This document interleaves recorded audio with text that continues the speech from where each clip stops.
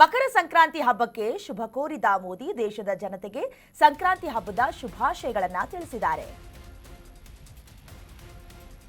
ಮಕರ ಸಂಕ್ರಾಂತಿ ಹಬ್ಬಕ್ಕೆ ಶುಭ ಕೋರಿದ ನರೇಂದ್ರ ಮೋದಿ ದೇಶದ ಜನತೆಗೆ ಸಂಕ್ರಾಂತಿ ಹಬ್ಬದ ಶುಭಾಶಯಗಳನ್ನು ತಿಳಿಸಿದ್ದಾರೆ.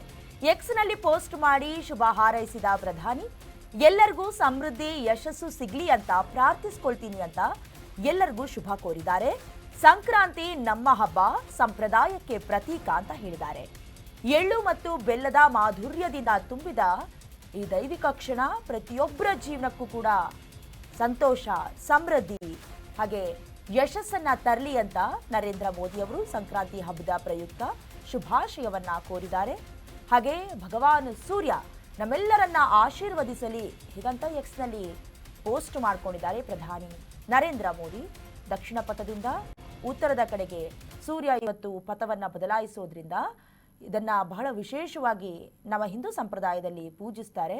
ಹಾಗೆ ಸೂರ್ಯನ ಆರಾಧನೆಗಳು ಕೂಡ ಅಲ್ಲಲ್ಲಿ ನಡೀತಾವೆ. ಇದಕ್ಕೆ ಸಂಬಂಧಪಟ್ಟಂತೆ ನರೇಂದ್ರ ಮೋದಿ ಅವರು ಕೂಡ ಟ್ವೀಟ್ ಮಾಡಿರೋದನ್ನ ಗಮನಿಸ್ತಾ ಇದ್ದೀರಾ.